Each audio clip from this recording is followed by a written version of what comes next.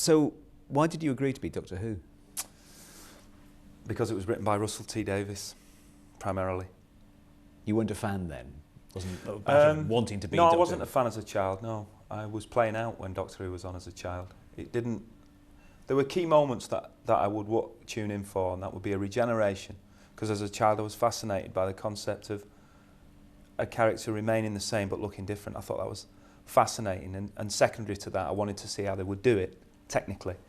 And the other time I would tune in was the inside of the Dalek. As a child, I thought that was mesmerising. This idea of this thing that had been so frightening and so threatening was actually pathetic. I thought that, as a child, that was fascinating. So you didn't see an awful lot of Doctor Who because there weren't many regenerations, were there? No, but I seem to remember, it'd be in the press that it was going to happen, like it'd be in the press that the Daleks were going to take the lid off a Dalek. And I'm old enough to remember not William Hartnell, but the great Patrick Troughton.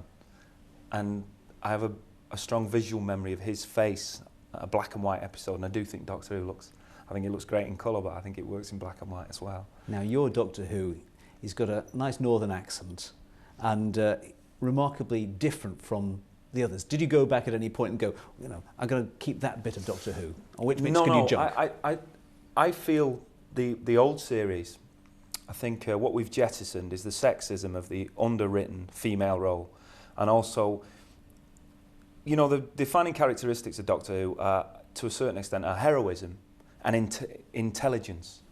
And there seemed to be being an equation drawn with RP, received pronunciation, that was the sole area, really. And I felt that it was time to, along with the sexism, it was time for that to be kicked out, And of course, the key element of Doctor Who is the monsters. You're acting against monsters most of the time, are you? And Daleks and all the villains. Yeah, the key element is things like the Daleks, the Slitheen, the Gelth, the Mox of Balhoun, the Any Face Cybermen of coming back? We're not, no. Cybermen, you have to wait for the Cybermen, but you get everything else. And what you get is Russell has created a whole new array of villains, creatures of his own, to add to the gallery of the last 40 years. Now, some people, when they look back at the old episodes, they laugh at them and say, the Dalek's been made with a sink plunger and things like that. You've got to compete against some big-budget American science fiction. I mean, kids are a lot more sophisticated these days, aren't they? I think they are more sophisticated in terms of what they're taking visually, but I think you can still touch them. What a lot of the science fiction programmes we're going up against don't have is the kind of central message of Doctor Who, which is love life. It's unashamedly emotional about. The Doctor's message seems to be, you have a short life, make sure it's a happy one and seize every moment and accept life in all its forms, which is a central message with him. He doesn't react with horror when he sees a blue three-headed monster. He reacts with wonder, and I think that's a very important message to send out to children.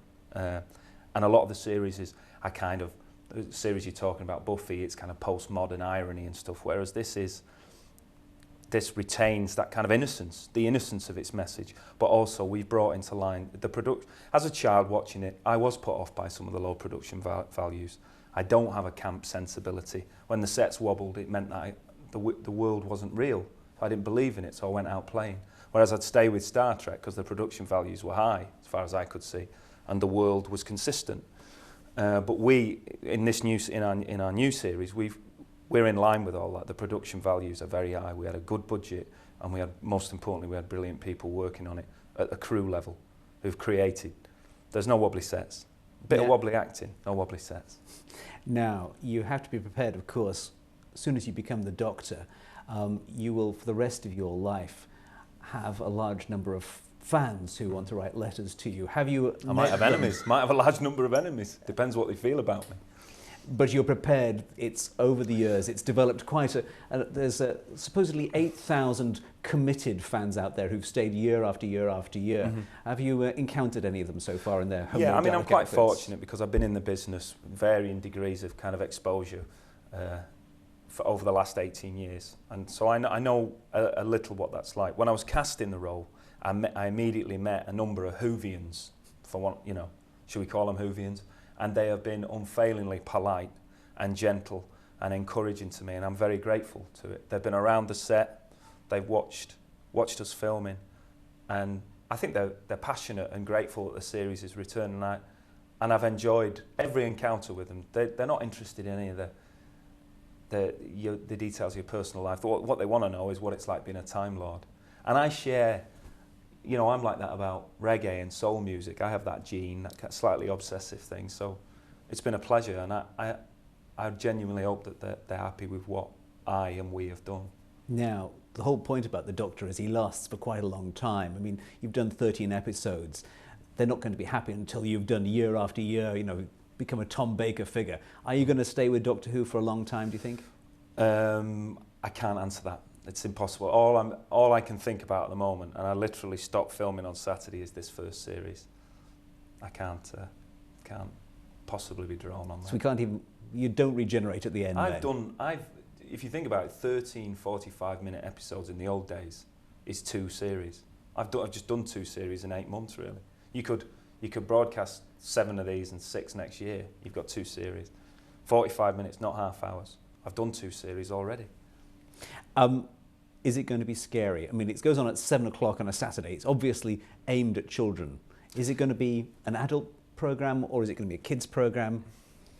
Hopefully it's going to be a program that the family will watch together, like all the best television. I think I would like 8 to 12-year-olds to take me into their heart. I don't think I've got much of a chance with Tom Baker and John Pertwee fans. And I respect that fidelity, really. I respect that loyalty. I have it myself to Sean Connery as James Bond. But I'm hoping that 8 to 12-year-old children I'll be their first Doctor, and they'll love me the way people love Baker. Will they be watching you from behind the sofa? They'll be watching me from behind the sofa, the futon. Yeah, I think it's frightening because it's so well... Apart from the visual impact of the monsters and the brilliance of the creations, this is a very well-written series, and it's the psychology that's frightening, particularly, for instance, when the Doctor confronts the Daleks. There's a whole thing about, is the Doctor actually as bad as the Daleks because he's prepared to exterminate them willy-nilly?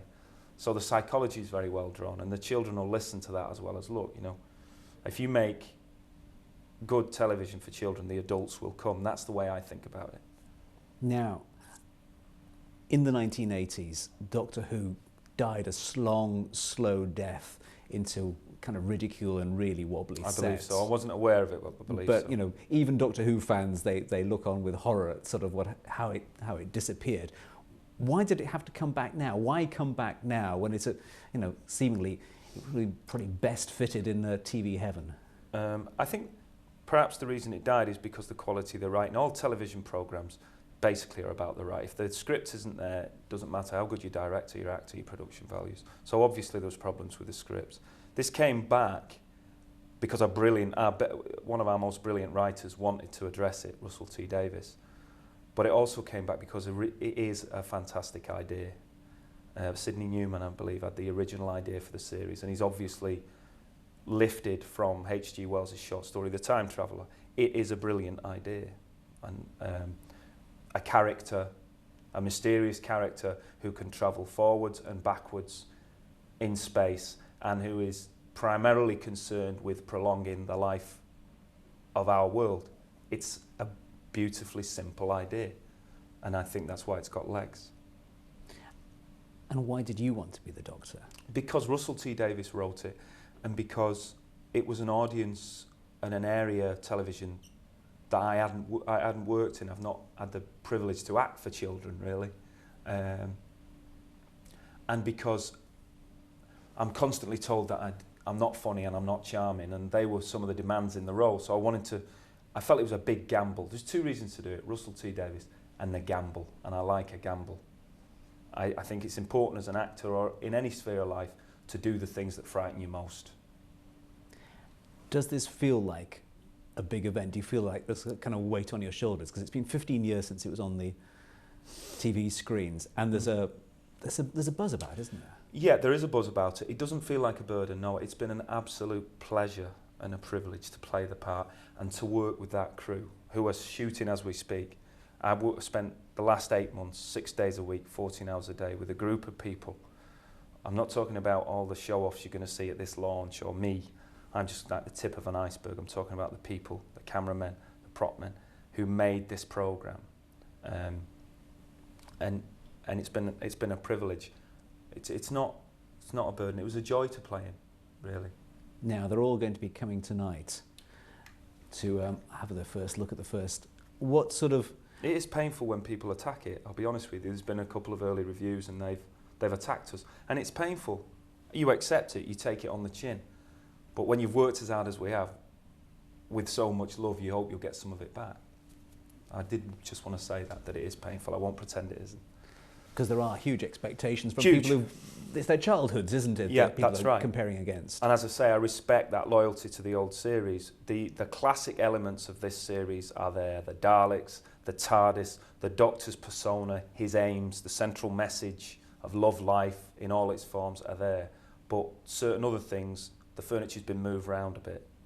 No wobbly sets. No wobbly sets, and you know, some of the old 70s stuff of the paternalistic know-all and his helpless sidekick, that's gone. And one final question. We hear the Daleks have solved the problem of conquering a planet with stairs. That's true. And yeah. So that's a problem that none of the rest of the, never mind accents, none of the rest of the Doctors have had to face Daleks that can do that. Can you tell us how they do it? Oh no, it'd spoil it, wouldn't it? I'm not in the spoiling business. Fantastic.